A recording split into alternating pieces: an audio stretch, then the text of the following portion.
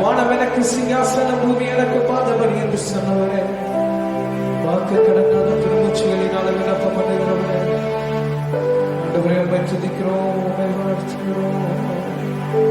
ஆண்டவரே துதிக்கிறோம்.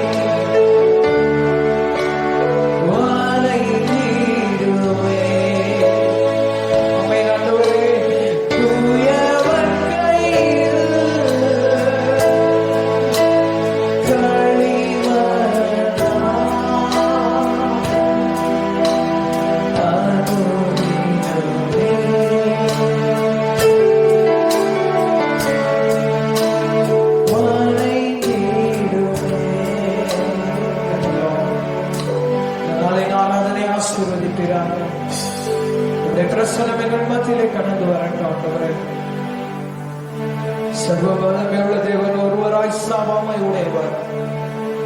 இந்த நாள் எங்கள் நடுவிலே நீர் ஆளுகை செய்வீராக. ஒரே அன்றைக்கு அந்த பெந்தெக்கோஸ்தே இந்த நாள் வந்த பொழுது அந்த 120 பேர் இருந்த அந்த மேல் வீட்டு அறையிலே இவரே உடைய மகிமையுடைய பிரசனம் உலாவினது. அதே போல இந்த நாட்களிலும் இவருடைய பிள்ளைகள் ஆராதிக்கும் பொழுது அவருடைய இருதயங்கள், அவருடைய எண்ணங்கள், அவருடைய வாழ்க்கையிலே, அவருடைய வீடுகளிலே, பவனங்களிலே ஆசீர்வாதங்கள் இருக்கட்டும். அப்பாவின் கிருபையுள்ள கரத்துக்குள்ள ஒப்பு கொடுத்து செபிக்கிறோம். இயேசு கிறிஸ்துவின் நாமத்தில் செபிக்கிறோம் நல்ல பிதாவே, ஆமென்.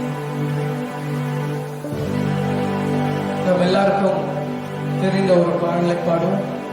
கிருபையிலே, தேவ கிருபையிலே தாங்கி நடத்திய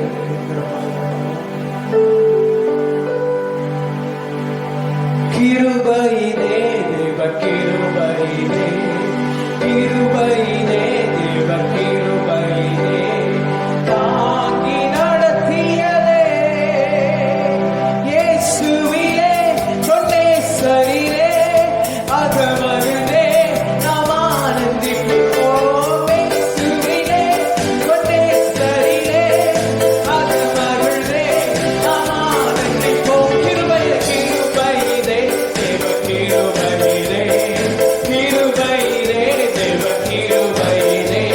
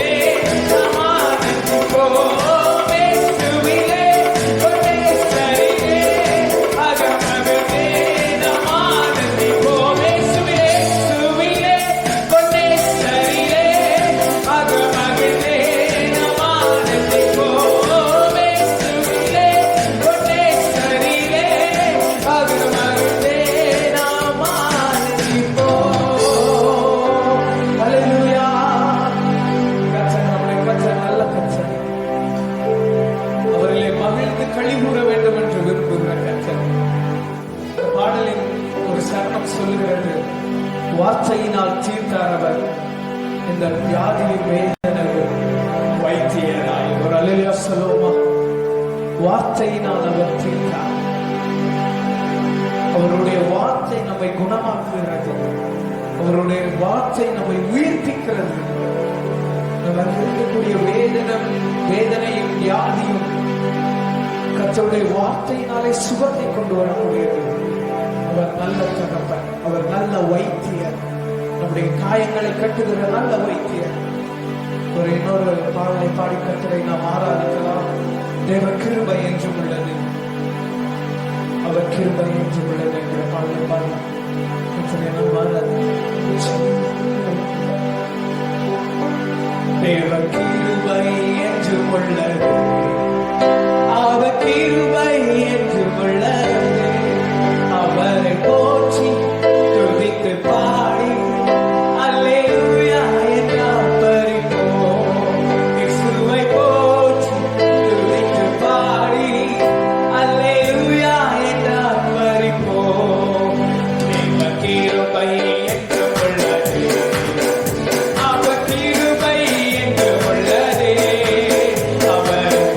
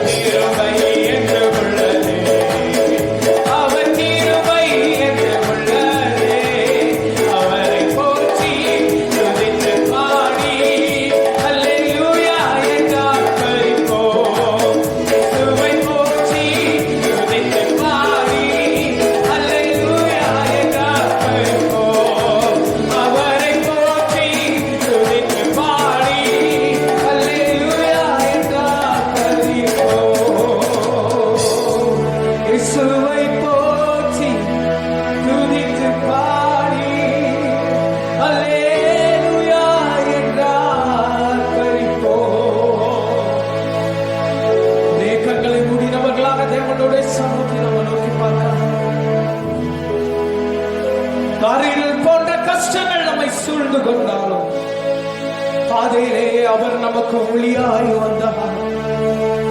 பாதையில் அவரே நமக்கு வழியாய் வெளிச்சமாய் வந்தார். இந்த நல்ல தகப்பனை நன்றி நிறைந்த இதயத்தோடு நோக்கி பார்க்கலாம்.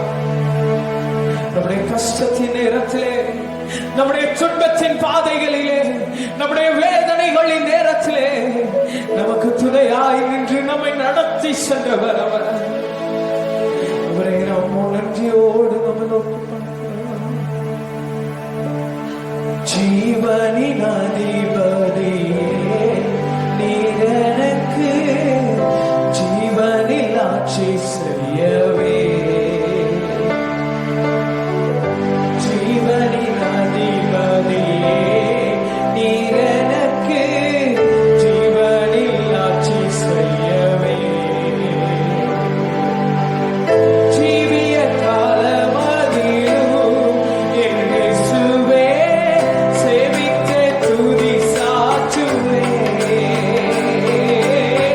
ஜீவிய காலமதிலும் என் இயேசுவே சேவித்தே துதி சாற்றுவே.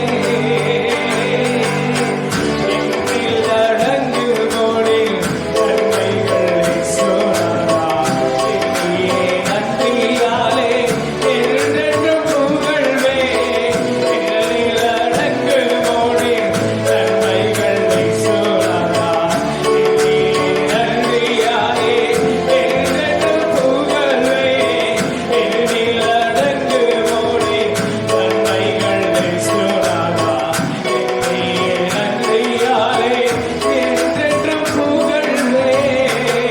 நாமே ஆண்டவரே, நீர் செய்த நன்மைகளுக்காக, ஆண்டவரே, நீர் பாராட்டின உம்முடைய அன்பிற்காக நாங்கள் நன்றி செலுத்துகிறோம் அப்பா. இயேசுவே,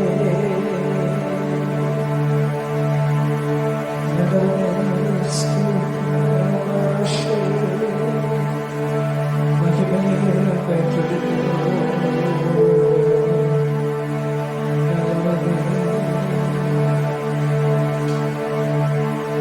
என் மீட்பர் உயிரோடு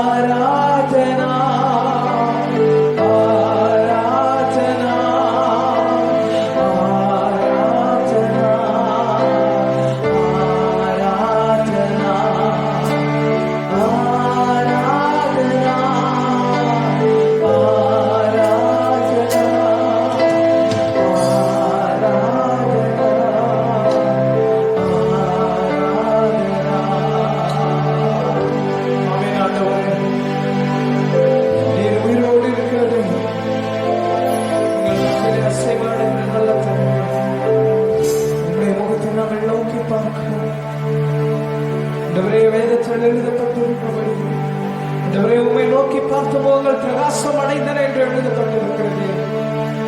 அதே போல பிரகாசத்தை எங்களுக்கு அப்பாவை கருத்தில் கொடுத்து சொல்லிக்கிறோம்.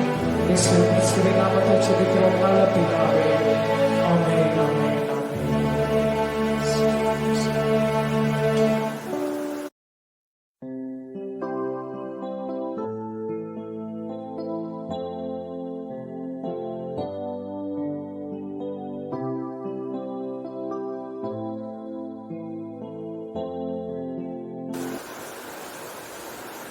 ஆண்டவரும் இரட்சகருமாகிய இயேசு கிறிஸ்துவின் விலையேறப்பட்ட நாமத்திலே உங்கள் எல்லாரையும் வாழ்த்துகிறேன். தேவன் தாமே உங்களை யாவரையும் ஆசீர்வதிப்பாராக. ரட்சிக்கப்பட்ட யாவரையும் சீஷராக மாற்ற வேண்டும் என்பதே இயேசுவினுடைய கட்டளை. தேவனுக்கு தேவை சீஷர்களே.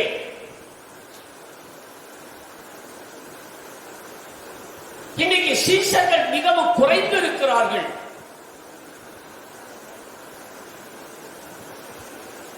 மத்தேயு சுவிசேஷத்தின் புஸ்தகத்தில் 28வது அதிகாரம் 19வது வசனத்தை நாம் வாசிக்கும் பொழுது இப்படியாக நாம் வாசிக்கிறோம். ஆகையால் நீங்கள் புறப்பட்டு போய் சகல ஜாதிகளையும் சீஷராக்கி. ஆண்டவராகிய இயேசு கிறிஸ்து தம்முடைய சீஷர்களுக்கு கொடுத்த ஒரு பிரதான கட்டளை, நீங்கள் புறப்பட்டு போய் சகல ஜாதிகளையும் சீஷராக்கி.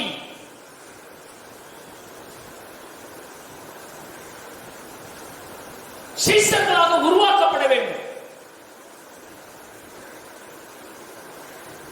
ரட்சிக்கப்பட்டு 5 ஆண்டுகள் 6 ஆண்டுகள் 10 ஆண்டுகள் ஆகியும் சீஷத்துவம் இல்லை என்றால் அவர்களால் ஒன்றும் செய்ய முடியாது.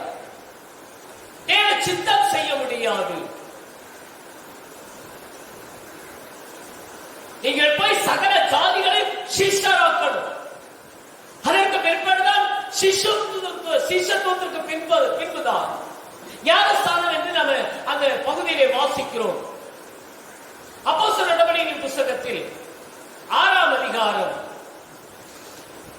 முதல் வசனத்தை நாம் வாசிக்கும் பொழுது, அந்நாட்களிலே சீஷர்கள் பெருகின பொழுது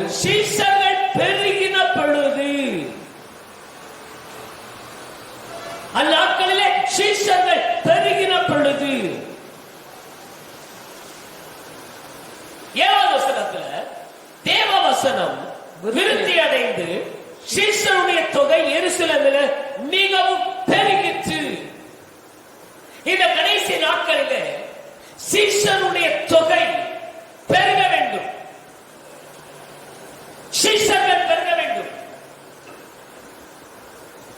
சீஷன் என்றால் யார்?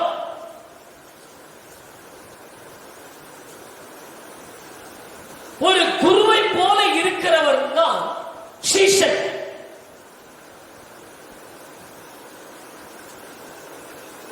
இயேசுவை ஆராதிக்கிறவர்கள் ஒரு குணம் மாற்றம் தேவை. சீஷத்துவத்திற்கு குணத்தில் நாம் மறுரூபம் அடைய வேண்டும்.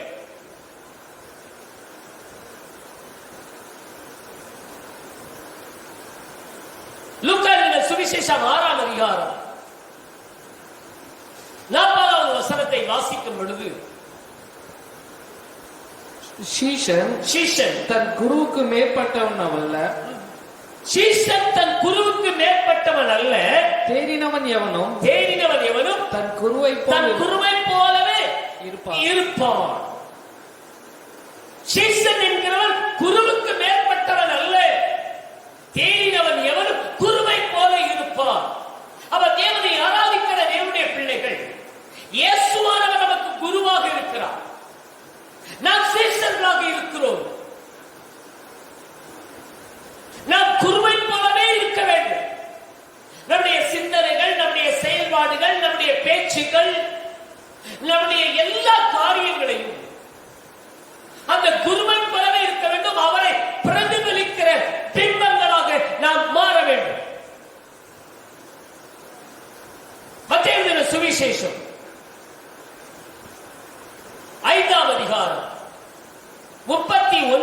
வசனத்திலிருந்து 41வது வசனம் வரைக்கும் வாசிப்போம். நான் உங்களுக்கு சொல்லுகிறேன், நான் உங்களுக்கு சொல்லுகிறேன், தீமையோடு எதிர்த்து நிற்க வேண்டாம். தீமையோடு எதிர்த்து நிற்க வேண்டாம். ஒருவன் உன்னை வலது கணத்தில் அறைந்தால், ஒருவன் உனது வலது கணத்தில் அறைந்தால், அவனுக்கு மறு கன்னத்தையும் திருப்பிக் கொடு. மறு கணத்தை திருப்பிக் கொடு.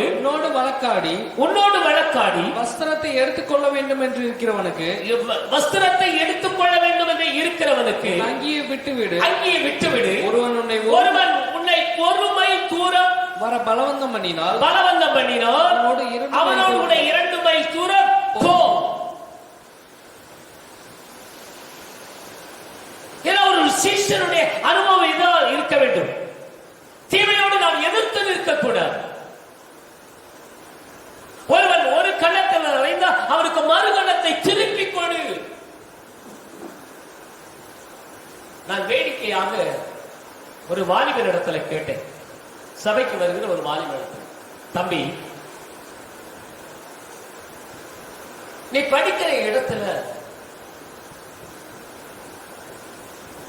ஒரு மாணவன் உன்னை ஒரு கன்னத்தில் அறைந்து விட்டால் நீ என்ன செய்வாய் என்று கேட்டேன். நான் எதிர்பார்த்தேன், பாஸ்டர், ஆண்டவர் சொல்லி இருக்கிறார், ஒரு கன்னத்தில் அறைந்தால் மறு கன்னத்தை திருப்பி கொடுக்க வேண்டும் என்று, அடித்தா இந்த கணத்தை அடி என்று நான் கொடுப்பேன் என்று சொல்லுவான் என்று நான் எதிர்பார்த்தேன். ஆனால் அவன் சொன்னான், அவன் ஒரு கணத்தை தான் அறைவான், நான் 2 கணத்திலே அறையாம வெளியே வரமாட்டேன் அப்படின்னு. எப்படி குருவை நாம் பிரதிபலிக்க முடியும்? ஒரு சீசன் என்று நாம் எப்படி சொல்ல முடியும்? விட்டுக் கொடுக்கிற அந்த குணத்தில் மறுரூபமாகவில்லையே. சபைக்கு வந்தும் சத்தியத்தை கேட்டும் தேவனை ஆராதித்தும் குணத்தில் மறுரூபம் அடையாவிட்டால் சீசனாக முடியாது.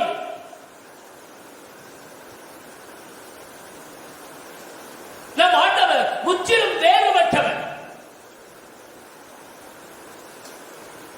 நம்முடைய குரு இயேசுவானவர் பாவம் இல்லாதவர். 1 யோவானுக்கு எழுதின நிருபம் 3ஆம் அதிகாரம் 5வது வசனத்தை வாசிக்கும் பொழுது, அவர் நம்முடைய பாவங்களை சுமந்து தீர்க்க வெளிப்பட்டார் என்று அறிவீர்களா? அவரிடத்தில் பாவம் இல்லை. அல்லேலூயா. அப்போ அவர் குரு என்றால் நாம் சீஷர்கள்.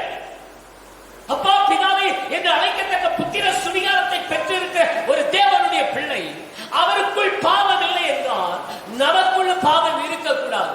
பாவத்தின் சம்பளம் மரணம் என்பதை நாம் அறிந்திருக்க வேண்டும். பாவம் செய்யும் ஆத்துமா சாகும் என்று வேதம் சொல்லுகிறது. நாம் பாவத்துக்கு மறித்து நீதிக்கு பிழைத்திருக்க வேண்டும். நம்முடைய குரு பாவம் இல்லாதவர், நம்முடைய குரு பாவம் அறியாதவர். 2 கொரிந்தியர் 5ஆம் அதிகாரம்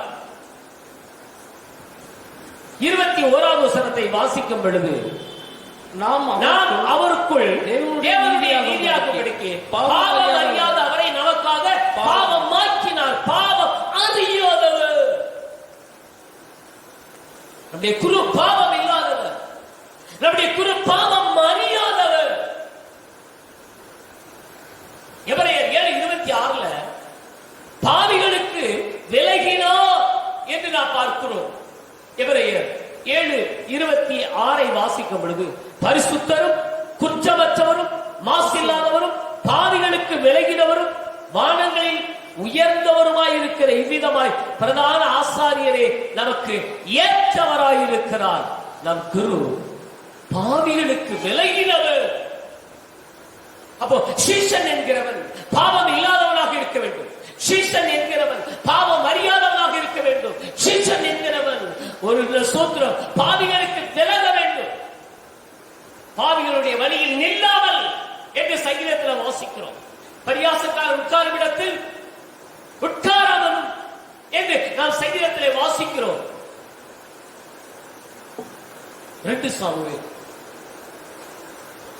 16ஆம் அதிகாரம் 5வது வசனத்தை வாசிப்போம். 2 சாமுவேல் 16:5 16:5 தாவீது ராஜா பஹ்ரீம் மட்டும் வந்தபோது இதோ சவுல் வீட்டு வம்சத்தானாய் இருக்கிற கேராவின் குமாரனாகிய சீமேயி என்னும் பேருள்ள ஒரு மனுஷன் கொண்ட ஒரு மனுஷன் அங்கே இருந்து புறப்பட்டு தூசித்துக் கொண்டே நடந்து வந்தான். சகல ஜனங்களும் பலசாலிகளும் தாவீதின் வலதுபுறமும் இடதுபுறமும் நடக்கையில் தாவீதின் மேலும் ராஜாவுடைய சகல ஊழியக்காரர்களும் கற்களை எறிந்தான். சீமை அவனை தூசித்து மனுஷனே தொலைத்து போ சவுலின் ஸ்தானத்தில் ராஜாவான உன் மேல் கர்த்தர் சவுல் வீட்டாரின் ரத்தப்படியை திரும்ப பண்ணுவார். கர்த்தர் ராஜ்யபாரத்தை உன் குமாரனாகிய அப்சலோமின் கையில் ஒப்பு கொடுத்தார். இப்போதும் இதோ உன் அக்கிரமத்தில் அகப்பட்டாய். நீ ரத்த பிரியனான மனுஷன். அப்பொழுது செரையாவின் குமாரன் அபிஷாய் ராஜாவை நோக்கி, அந்த செத்தனாய் ராஜாவாகிய என் ஆண்டவனை தூசிப்பானேன், நான் போய் அவன் தலையை வாங்கி போடட்டுமா என்றான். அதற்கு ராஜா, செரையாவின் குமாரரே, எனக்கும் உங்களுக்கும் என்ன? அவன் என்னை தூசிக்கட்டும், தாவீதை தூசிக்க வேண்டும் என்று கர்த்தர் அவனுக்கு சொன்னார். ஆகையால் ஏன் இப்படி செய்கிறாய் என்று கேட்கத்தக்கவன் யார் என்றான். என்ன ஒரு சகிப்புத்தன்மை!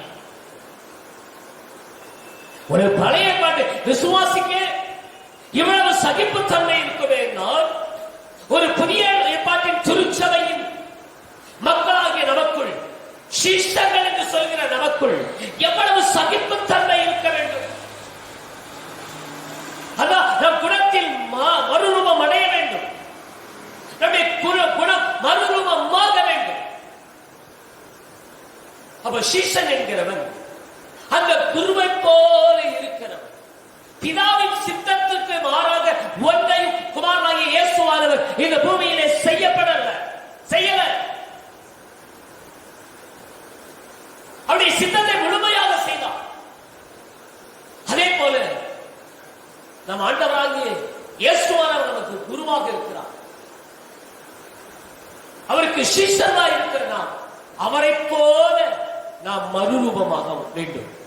இரண்டாவதாக, சிலுவையை சுமக்கிறவனே சிஷ்யன்.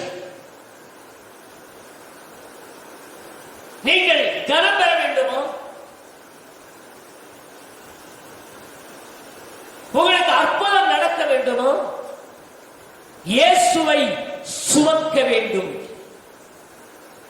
என்று நீங்கள் சிலுவையை சுமந்தால் நாளை சிங்காசனத்தில் அமரலாம். இன்று நீங்கள் சிலுவையை சுமந்தால் நாளைக்கு நீங்கள் சிங்காசனத்தில் அமரலாம். சிலுவையை சுமக்க வேண்டும். சிலுவை என்றால் ஒரு பெரிய சிலுவையை செய்து சுமப்பது அல்ல. லூக்கா சுவிசேஷம் 14ஆம் அதிகாரம் 27ஆவது வசனத்தை வாசிப்போம். லூக்கா 14:27. தன் சிலுவையை சுமந்து கொண்டு எனக்கு பின் செல்லாதவன் எனக்கு சீஷனாய் இருக்க மாட்டான்.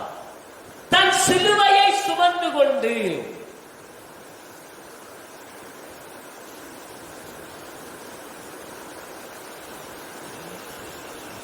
எபிரேயர்களின் நிருபம் 12ஆம் அதிகாரம்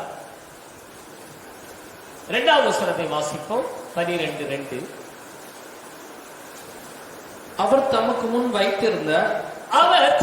வைத்திருந்த சந்தோஷத்தின் பொருட்டு அவமானத்தை எண்ணாமல் சிலுவையை சகித்து தேவனுடைய சிங்காசனத்தின் வலது பார்சத்தில் சிலுவையை சகித்து சிங்காசனத்தில் நாம் அமர வேண்டுமானால், சிங்காசனத்தை நாம் சுதந்திரிக்க வேண்டுமானால் சிலுவையை சுமக்க வேண்டும். தன் ஜீவனை வெறுப்பது. லூக்கா சுவிசேஷம் 14ஆம் அதிகாரம் 33வது வசனத்தை வாசிப்போம். 14:33. லூக்கா சுவிசேஷம் 14:33. அப்படியே உங்களில் எவனாகிலும் எவனாகிலும் தனக்கு உண்டானவைகளை எல்லாம் வெறுத்து விடாவிட்டால், தனக்கு உண்டானவைகளை எல்லாம் வெறுத்து விடாவிட்டால் அவன் எனக்கு சீஷனாய் இருக்க மாட்டான். தனக்கு உண்டானவைகளை எல்லாம் வெறுக்க வேண்டும். உலகம் ஒரு சதம் அல்ல.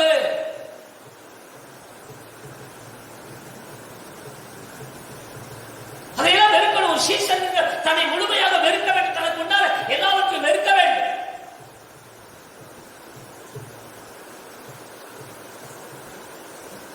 எலிசா 12 ஏர்மாடு பூட்டி உழவு செய்த ஒரு பெரிய விவசாயி. ஆனா எலியாவுக்கு பின்னால போகும் பொழுது எல்லாவற்றையும் விட்டுட்டு போயிட்டார்.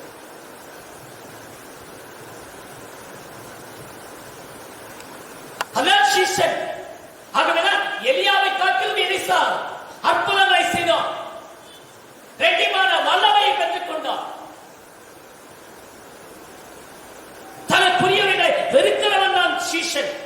உலகத்தின் பாசத்தை உதறி தள்ள வேண்டும். மத்தேயு சுவிசேஷம் 10ஆம் அதிகாரம் 37, 38 வசனங்களை வாசிக்கும் பொழுது தகப்பனையாவது தாயையாவது என்னிலும் அதிகமாய் நேசிக்கிற எனக்கு பாத்திரன் அல்ல மகனையாவது என்னிலும் அதிகமாய் நேசிக்கிறவன் எனக்கு பாத்திரன் அல்ல. தன் சிலுவை எடுத்துக்கொண்டு என்னை பின்பற்றாதவன் எனக்கு பாத்திரன் அல்ல. சிலுவையை எடுக்கணும்.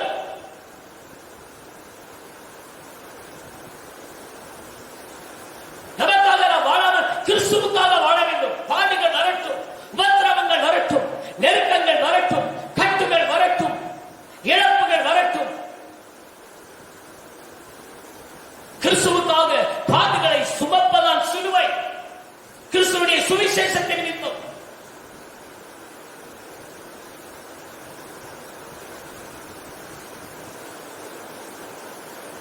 தேவனை ஆராதிக்கிற தேவனுடைய பிள்ளைகளாகிய நாம் உடைய வாழ்க்கை எப்படி இருக்குது? சிலுவையை சுமக்கணும். ரிச்சர்ட் உம்ராண்ட் என்கிற ஒரு தேவ மனிதனை பார்க்கிறோம். ருமேனிய தேசத்துல 13 ஆண்டுகள் சிறையில் இருந்தார். ஒவ்வொரு முறையும் அவரை பிரைன் வாஷ் பண்ணுவாங்க, அடிப்பார்கள். இயேசு தெய்வம் அல்ல, கார்ல் மார்க்ஸ் தெய்வம் என்று சொல்லுவார்கள். பல மாதங்கள் பிரைன் வாஷ் பண்ணி வெளியே விட்ட உடனே அவர் சொல்வாரு, கார்ல் மார்க்ஸ் தெய்வம் அல்ல, இயேசுவே தெய்வம் என்று சொல்லுவார். திரும்ப அடிப்பார்கள், திரும்ப சிறையில் அடைத்து கொடுமைப்படுவார். சிலுவையை சகித்தார் இயேசுவுக்காக.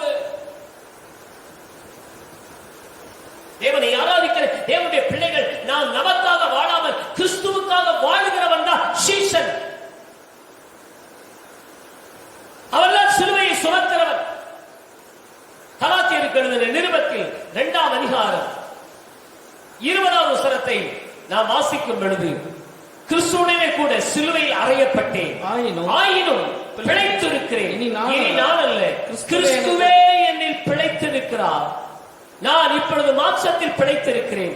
என்னில் அன்பு கூர்ந்து எனக்காக தம்மை தாமே ஒப்புக் கொடுத்த தேவனுடைய குமாரனை பற்றி விசுவாசத்திலே பிழைத்திருக்கிறேன். தனக்காக வாழாமல் கிறிஸ்துவுக்காக வாழ வேண்டும். அதான் சிலுவையை சுமக்கிற அனுபவம். பாவ சரீரத்தை நாம் களைந்து விட வேண்டும். ரோமர் நிருபத்தில் 6ஆம் அதிகாரம் 6ஆம் வசனத்தை நாம் வாசிக்கும் பொழுது இப்படியாக வாசிக்கிறோம், நாம் இனி பாவத்திற்கு ஊழியம் செய்யாதபடி பாவ சரீரம் ஒளிந்து போகும் பொருட்டு நம்முடைய பழைய மனுஷனை அவரோடு கூட சிலுவையில் அறையப்பட்டது என்று அறிந்திருக்கிறோம். பாவ சரீரத்தை களைந்து விட வேண்டும்.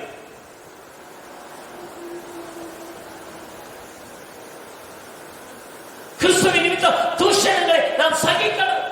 அதெல்லாம் சிலுவையை சுமப்பது. ஆகவே சீஷன் என்கிறவன் சிலுவையை சுமக்கிறவன் தான் சீஷன். 3வது அன்புள்ளவன். யோவான் எழுதின சுவிசேஷம் 13ஆம் அதிகாரம் 35வது வசனத்தை வாசிப்போம். நீங்கள் ஒருவரில் ஒருவர் அன்புள்ளவர்களாய் இருந்தால் அதனாலே நீங்கள் என்னுடைய சீஷர்கள் என்று எல்லாரும் அறிந்து கொள்வார்கள். நாம் அன்புள்ளவராக இருக்க வேண்டும். நம்முடைய ஆண்டவர் அன்புள்ளவர் அல்லவா? நம்முடைய ஆண்டவர் அன்பாகவே இருக்கிறார்.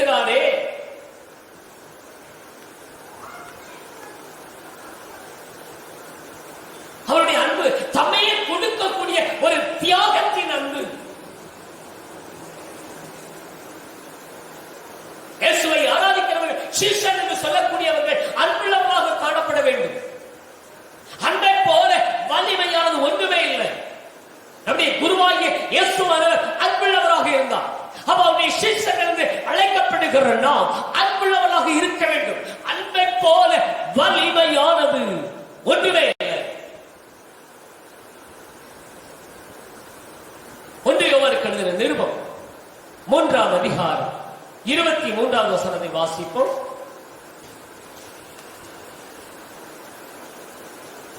நாம் அவருடைய குமாரனாகிய இயேசு கிறிஸ்துவின் நாமத்தில் விசுவாசமாயிருந்து அவர் நமக்கு கட்டளையிட்டபடி ஒருவரில் ஒருவர் அன்பாய் இருக்க வேண்டும் என்பதே அவருடைய கற்பனையாய் கற்பனை. ஒருவரில் ஒருவர் அன்புள்ளவர்களாக இருக்க வேண்டும், பட்சிக்கிறவர்களாக அல்ல.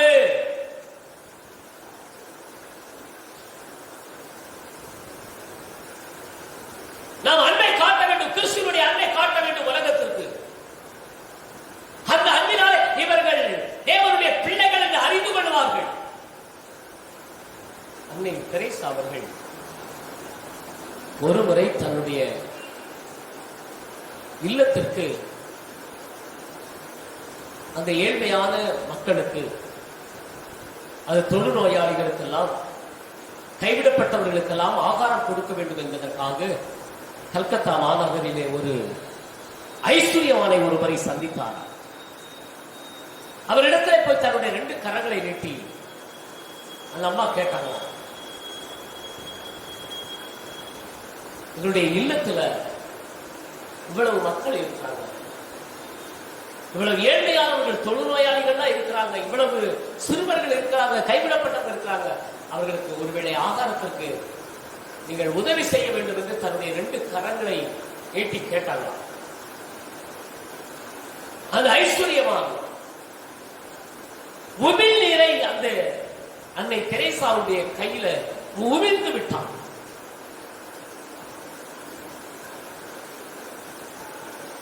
ஒருவேளை அந்த அன்னை தெரேசா இருந்த ஸ்தானத்தில் நீங்களும் அல்லது நானோ இருந்தோமானா நம்முடைய நடவடிக்கைகள் எப்படி இருக்கும்? கொஞ்சம் நான் யோசிக்க பார்த்தேன். அந்த அம்மா சிரித்துக் கொண்டே தன்னுடைய அங்கியில அந்த உமிழ் நீரை துடைத்துக் கொண்டு திரும்ப கையை நீட்டி சொன்னாங்களா, எனக்கு கொடுக்க வேண்டியதை நீங்க கொடுத்துட்டீங்க, ஆனால் எங்களுடைய பிள்ளைகளுக்கு கொடுக்க வேண்டியதை இன்னும் கொடுக்கவில்லையே என்று அந்த அம்மா பேசின அந்த அன்பின் வார்த்தை அந்த கடின உள்ளம் படைத்த மனிதனுடைய உள்ளத்தை உடைத்தது.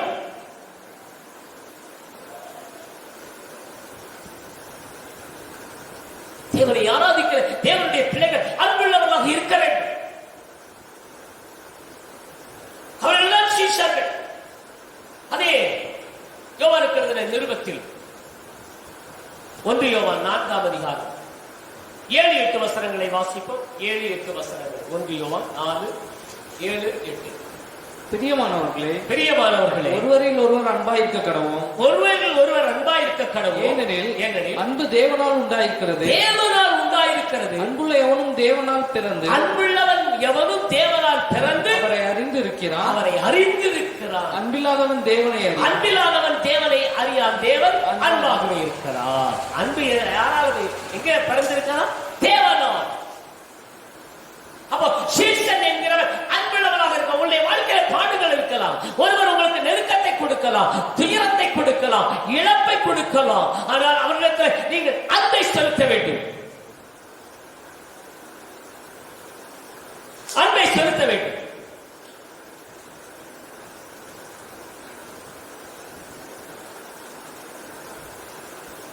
நாம் உணர்வடைந்து மனம் திரும்ப வேண்டும்.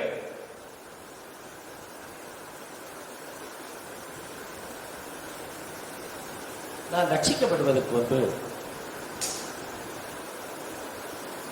கால்பந்து விளையாடுவோம். அப்பொழுது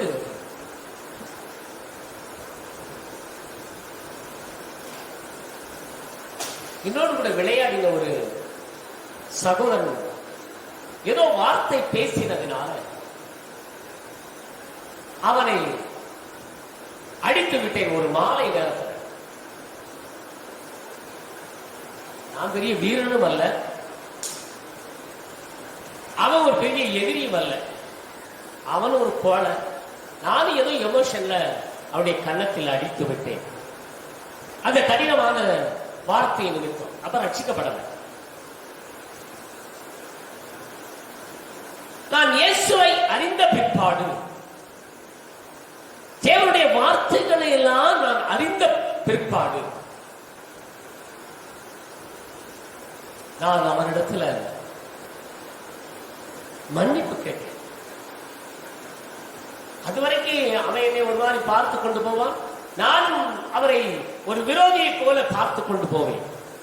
ஆனால் என்றைக்கு நான் ரட்சிக்கப்பட்டு இயேசுவானவரை என்னுடைய வாழ்க்கையில ரட்சகராக குருவாக ஏற்றுக்கொண்டேனோ அன்றைக்கு நான் உணர்த்தப்பட்டேன், உணர்வடைந்து அவரிடத்துல மன்னிப்பு கேட்டேன். பல வருடங்கள் கழித்து நான் ஊழியம் செய்கிற இந்த இடத்திற்கு அவனும் அவனுடைய மனைவியும் வந்தாங்க.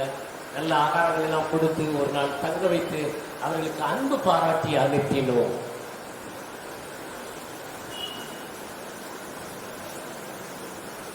ஒருவேளை நான் இயேசுவை அறியாமல் இருந்திருப்பேன், ஆனால்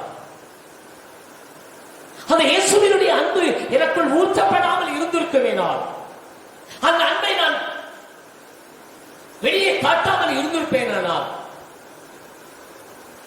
மரண காலம் வரைக்கும் அவனை நான் விரோதியாக, அவன் என்னை விரோதியமாகத்தான் பார்த்திருப்பான். இன்றைக்கு நல்ல சிநேகிதர்களாக, நல்ல நண்பர்களாக இருக்கிறோம். அப்புறம் சிஷ்யன் என்கிறவன் ஒரு அன்புள்ளவனாக இருக்க வேண்டும். அதே 1 யோவான் 4ஆம் அதிகாரம் 16ஆம் வசனத்தை வாசிப்போம். 16. தேவன் நம்மை வைத்திருக்கிற அன்பை, தேவன் நம்மை வைத்திருக்கிற அன்பை நாம் அறிந்து விசுவாசித்திருக்கிறோம். நாம் அறிந்து விசுவாசித்திருக்கிறோம். தேவன் அன்பாகவே தேவன் அன்பாகவே இருக்கிறார். அன்பில் நிலைத்திருக்கிறவர், அன்பில் நிலைத்திருக்கிறவர், தேவனில் நிலைத்திருக்கிறான். அன்பில் நான் அன்பில் நிலைத்திருந்தால், அன்பு உள்ளவராக இருந்தால்தான் தேவனில் நிலைத்திருக்க முடியும். அன்பில்லாத நான் தேவனில் நிலைத்திருக்கிறேன், தேவனுடைய கற்பனையில் நிலைத்திருக்கிறேன் என்று சொன்னால் அது மாய்மாலும். ஆகவே தேவனை ஆராதிக்கிற தேவனுடைய பிள்ளைகள் சீஷராகுங்கள்.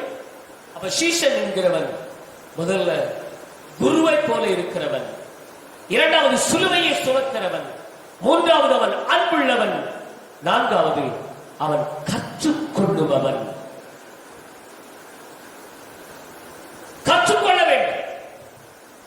யோவான் எழுதின சுவிசேஷம் 8ஆம் அதிகாரம் 31ஆவது வசனத்தை வாசிப்போம்.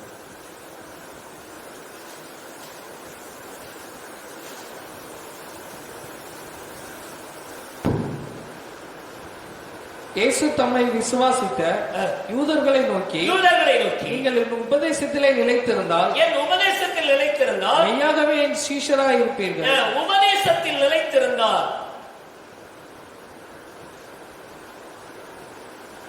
கற்றுக்கொள்ளணும். உபதேசத்தை கற்றுக்கொள்ள வேண்டும், உபதேசத்தில் நிலைத்திருக்க வேண்டும். இன்னைக்கு துருபதேசம் பெறுகிற ஒரு காலத்தில் இருக்கிறோம். ஏதோ ஒன்றை பிடித்துக் கொண்டிருந்தால் சத்தியம் என்று வாதிடுகிற மக்கள் மத்தியிலே நாம் வாழுகிறோம். பூரண உபதேசத்தில் நம்ம நிலைத்திருக்க வேண்டும். 1 யோவான் 3ஆம் அதிகாரம் 24ஆவது வசனத்தை வாசிக்கும் பொழுது, அவருடைய கட்டளைகளை கைக்கொள்ளுகிறவன் அவனில் நிலைத்திருக்கிறார், அவரும் அவனில் நிலைத்திருக்கிறார், அவர் நம்மில் நிலைத்திருக்கிறார், அவர் நமக்கு தந்துள்ள ஆவியினாலே அறிந்திருக்கிறோம். கட்டளைகளை கைக்கொள்ளுகிறவர் அவரில் நிலைத்திருக்கிறார். 2 யோவானுக்கு எழுதின நிருபத்தில் 1ஆம் வசனத்தில் வாசிக்கிறோம், கிறிஸ்துவனுடைய உபதேசத்தில் நிலைத்திருக்காமல் மீறி நடக்கிற எவரும் தேவனுடையவன் அல்ல. கிறிஸ்துவின் உபதேசத்தில் நிலைத்திருக்கிறவனே பிதாவையும் குமாரனையும் உடையவன். கிறிஸ்துவனுடைய உபதேசத்தில், சிஷ்யத்துவ உபதேசத்தில் நிலைத்திருக்கணும். கிறிஸ்துவனுடைய உபதேசத்தில் நம்ம நிலைத்திருக்க வேண்டும். சிஷ்யத்துவ உபதேசம் கேட்பதற்கு கொஞ்சம் கடினமாகத்தான் இருக்கும். யோவான் எழுதின சுவிசேஷம் 6ஆம் அதிகாரம் 60ஆவது வசனத்தை வாசிப்போம். யோவான் எழுதின சுவிசேஷம் 6:60. அவருடைய சீஷரில் அநேகர் இவைகளை கேட்ட பொழுது, இது கடினமான உபதேசம், உபதேசம் யார் இதை கேட்பார்கள் யார் இதை கேட்பார்கள் என்றார்கள். கடினமான உபதேசம். 66 வசனம் வாசிக்கலாம், 68 வரை. அது முதல் அவருடைய சீஷரில் அநேகர் அவருடனே கூட நடவாமல் பின்வாங்கி போனார்கள். அப்பொழுது இயேசு 12 நோக்கி நீங்களும் போய்விட மனதாயிருக்கிறீர்களோ? நீங்களும் போய்விட மனதாயிருக்கிறீர்களோ? கடினமான உபதேசம். இன்னைக்கு செழிப்பின் உபதேசத்தை தான் மக்கள் விரும்புகிறார்கள். நீ ஆசீர்வாதமாயிருப்பாய், நீ நன்றாயிருப்பாய், இதைத்தான் மக்கள் விரும்புகிறார்கள்.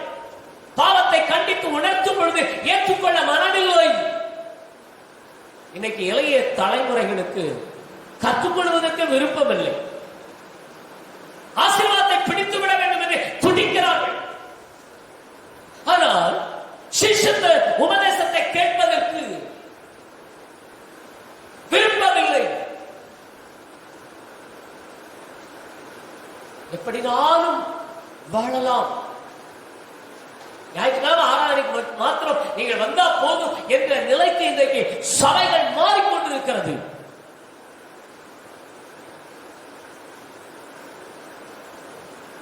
தவறுகளை சுட்டிக்காட்ட மிகவும் குறைவானவர்களாக இருக்கிறார்கள்.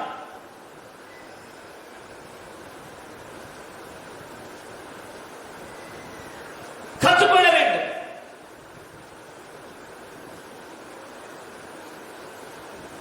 தீமோத்தேயுக்கு எழுதின நிருபத்தில் 3ஆம் அதிகாரம் 15, 16 வசனங்களை வாசிக்கும் பொழுது 2 தீமோத்தேயு 3, 15, 16 கிறிஸ்து இயேசுவை பற்றும் விசுவாசத்தினாலே உன்னை ரட்சிப்புக்கு ஏற்ற ஞானமுள்ளவனாக்கத்தக்கதாக பரிசுத்த வேத எழுத்துக்களை நீ சிறுவயது முதல் அறிந்தவன் என்றும் உனக்கு தெரியும்.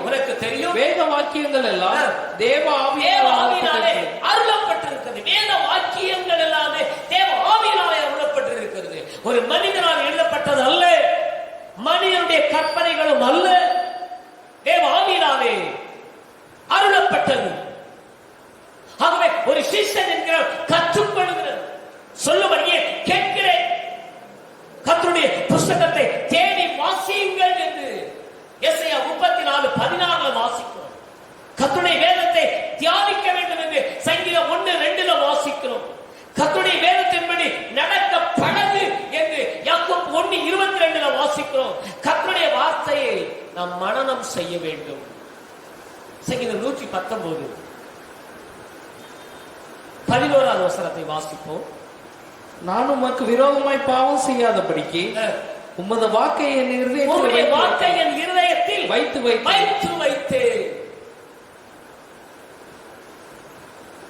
கற்றுக்கொள்ள வேண்டும். ஒரு சீசன் இருதயத்தில் இருந்தால் தான் நான் பாவம் செய்யாதபடிக்கு அது நம்மை தடுக்கும். பாவம் என்னன்னு நமக்கு சுட்டி காட்டும். வசனம் இல்லாவிட்டால் பாவம் எது பரிசுத்த ஸ்தோத்திரம், எது சாபத்துக்கு நேராக கொண்டு போகும், எது நம்மை தேவ ராஜ்யத்துக்கு நேராக அழைத்துக் கொண்டு போகும் என்று தெரியாது. கற்றுக்கொள்ள வேண்டும். அவர் சீஷன் என்கிறவர், கற்றுக்கொள்ளுகிறவர் தான் சீஷன். ஐந்தாவதாக சீஷன் என்கிறவர் கனி கொடுக்கிறவர். கனி கொடுக்க வேண்டும். ஆண்டவர் நம்மை ஏற்படுத்தினதை நோக்கமே கனி கொடுக்கும்படியாக. யோவான் எழுதின சுவிசேஷம் 15ஆம் அதிகாரம் 8வது வசனத்தை வாசிக்கும் பொழுது இப்படியாக நாம் வாசிக்கிறோம். 15:8 வாசிப்போம். நீங்கள் மிகுந்த கனிகளை கொடுப்பதினால் என் பிதா மகிமைப்படுவார், எனக்கும் சீஷராய் இருப்பீர்கள். கனி கொடுக்கணும். மனம் திரும்பதற்கு ஏற்ற கனிகளை கொடுங்கள். மிகுந்த கனிகளை கொடுப்பதினால் என் பிதா மகிமைப்படுவார். அத்துவா என்ற கனியை கொடுக்க வேண்டும். சீசன் என்கிறவர் 4 என்கிற வட்டத்திலிருந்து வெளியே வர வேண்டும். அழிந்து போகிற ஆத்துமாவே ஒரு பாரமுள்ளவனாக இருக்க வேண்டும். சுவிசேஷத்தை நாம் அறிவிக்க வேண்டும். மனம் திரும்புவதற்கு ஏற்ற கனி கொடுக்கிற ஒரு அனுபவத்துக்குள்ள நம்ம வர வேண்டும். அதே யோவான் எழுதின சுவிசேஷம் 15ஆம் அதிகாரம் 2வது வசனத்தை வாசிப்போம். என்னில் கனி கொடாதிருக்கிற கொடி எதுவோ, என்னில் கனி கொடாத கொடி எதுவோ அதை அவர் அறுத்து போடுவார். அதை அறுத்து போடுவார். கனி கொடுக்கிறதா அறுத்து போடுவார். நாம் எச்சரிக்கை உள்ளவர்களாக இருக்க வேண்டும். இது கிருபையின் காலம். ஆண்டவரிடத்தில் கணக்கு கேட்டா நாம் என்ன சொல்லுவோம்? அதுதான் ஒரு பக்தர் பாடினார்.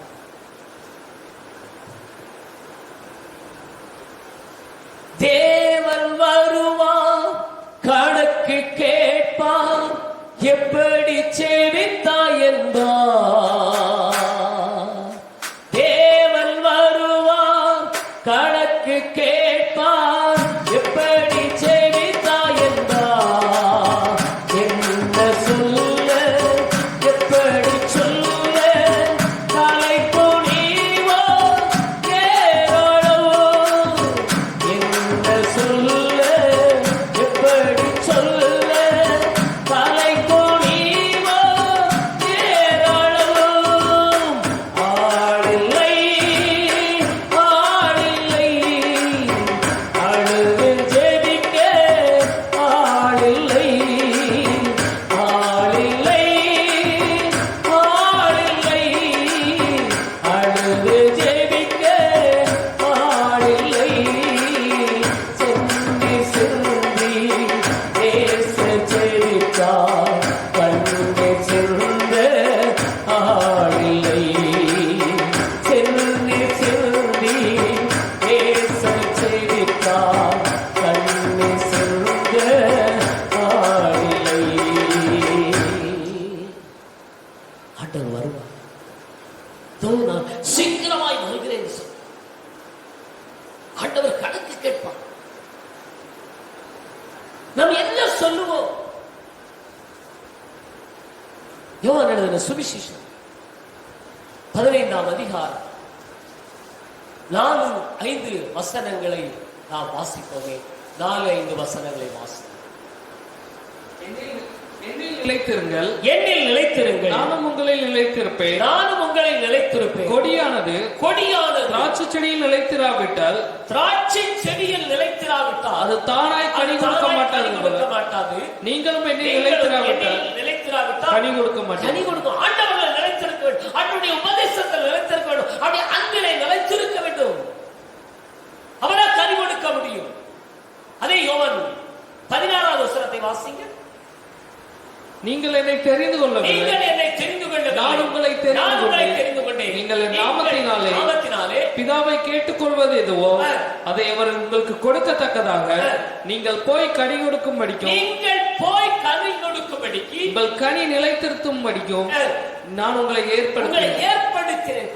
ஆண்டவர் நம்மை தெரிந்து கொண்டதின் நோக்கமே, நம்மை ஏற்படுத்துவதின் நோக்கமே நாம் கனி கொடுக்க வேண்டும் என்பதற்காக. நமக்காக நாம் வாழக்கூடாது. மக்கள் அழிந்து கொண்டிருக்கிறாங்க. பாவத்தினால் அழிந்து கொண்டிருக்கிறாங்க. கொடிய கொள்ளை நோயினாலே அழிந்து கொண்டிருக்கிறாங்க. இவர்கள் மீட்கப்பட வேண்டுமானால் நீங்கள் நானும் கனி கொடுக்கிறவராக மாற வேண்டும்.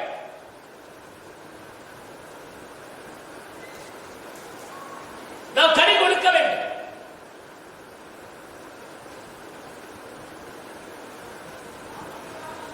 ஆண்டவர் ஏற்படுத்திய நோக்கமே நாம் கனி கொடுக்க வேண்டும். சூத்திரம் என்பதற்காகத்தான். அவர்கள் கனி கொடுக்கிறவங்க சீஷர்கள். அவருக்கு தேவனுக்கு தேவை சீஷர்கள். சீஷர்கள் என்றால் யார்? அந்த குருவை போல இருக்கிறவர்கள், சிலுவையை சுமக்கிறவர்கள், கற்றுக்கொள்ளுகிறவர்கள், அன்புள்ளவர்கள், கனி கொடுக்கிறவர்கள். இந்த அனுபவம் நம்மில் நாம் கனி கொடுப்போம். சீஷராக கர்த்தரை ஆசீர்வதிப்பார். ஜெபிப்போம். கிருபையுள்ள ஆண்டவரே, இரக்கத்தில் ஐஸ்வர்யம் உள்ளவரே, இந்த நாளுக்காக நாங்கள் நன்றி செலுத்துகிறோம். உமக்கு தேவை ஆண்டவரே சீஷர்கள். சீஷர்கள் யார் என்று நாங்கள் பார்த்தோம். குருவை போல இருக்கிறவர்கள், சிலுவையை சுமக்கிறவர்கள், அன்புள்ளவர்கள், கற்றுக்கொள்ளுகிறவர்கள், கனி கொடுக்கிறவர்கள் சீஷர்கள் என்று பார்த்தோம். நாங்கள் சீஷர்களாக மாறவில்லை. நீங்கள் ஏற்படுத்தினதை நோக்கவே நாங்கள் கனி கொடுக்க வேண்டும் என்பதற்காக நாங்கள் கனி கொடுத்து உமக்கு சீஷர்களாய் மாறோம். உம்மை போல மாறணும். நாங்கள் மறுரூபமாக வேண்டும். காயப்பட்ட இந்த வார்த்தையை கேட்ட எல்லா மக்களும் சீஷர்களாக மாற தங்களை அர்ப்பணிக்கட்டும். குருவாகி உம்மை போல மாறும். பேச்சு, நடையில், உடையில், குணத்தில், செய்கையில், பார்வையில் உம்மை போல மாறட்டும். சிலுவையை சுமக்கட்டும். சிங்காசனத்தில் அமர்வதற்கு சிலுவையை சுமக்கக்கூடியமாய் மாற்றுவீராக தகப்பனே. ஒருவரில் ஒருவர் அன்புள்ளவராக மாறட்டும். நீ எவ்வளவு அன்புள்ளவர். அந்த அன்பை நாங்கள் வெளியே கொண்டு வர வேண்டும். அந்த அன்பை காட்ட வேண்டுமே. நாங்கள் கற்றுக்கொள்ள வேண்டும். சீஷன் என்கிறவன் கற்றுக்கொள்ளுகிறவன். நாங்கள் கற்றுக்கொள்ள வேண்டும். இந்த வேதத்தை கற்றுக்கொள்ள வேண்டும். சத்தியத்தை கற்றுக்கொள்ள வேண்டுமே. உபதேசங்கள் சீர்கேடான இந்த உலகத்தில் மக்களை மயக்கக்கூடிய உபதேசங்களை கொண்டு வந்திருக்காங்க. சரியான சத்தியத்துக்குள் மக்கள் திரும்பட்டும். வேத வசனத்தை கற்றுக்கொள்ளட்டும். ஆண்டவர் கனி கொடுப்பதாக மாறட்டும். இப்படியே செய்வதற்காக சத்தியத்தை கேட்ட எல்லாரையும் ஆசீர்வதிப்பீராக. இயேசுவின் நாமத்தில் ஆத்துமாவே கர்த்தரை ஸ்தோத்திரி. எருமனுள்ள சுதராமத்தை ஸ்தோத்திரி. ஆத்துமாவே கர்த்தரை ஸ்தோத்திரி. அவர் செய்த சகல உபகாரங்களை மறவாதே. ஆமென். நம்முடைய பிதாவாகிய தேவனாலும் குமாரனாகிய இயேசு கிறிஸ்துவினாலும் தேற்றரவாளராகிய பரிசுத்த ஆவியானவராலும் என்றும் என்றும் சதா காலங்களிலும் அவருடைய வருகை மட்டும் கிருபையும் சமாதானமும் சந்தோஷமும் புரிவதற்கு நாம் அதோடு கூட இந்த சத்தியத்தை கேட்ட எல்லா மக்களோடு கூட அவருடைய வருகை மட்டும் நிலைத்திருப்பதாக. ஆமென். ஆமென்.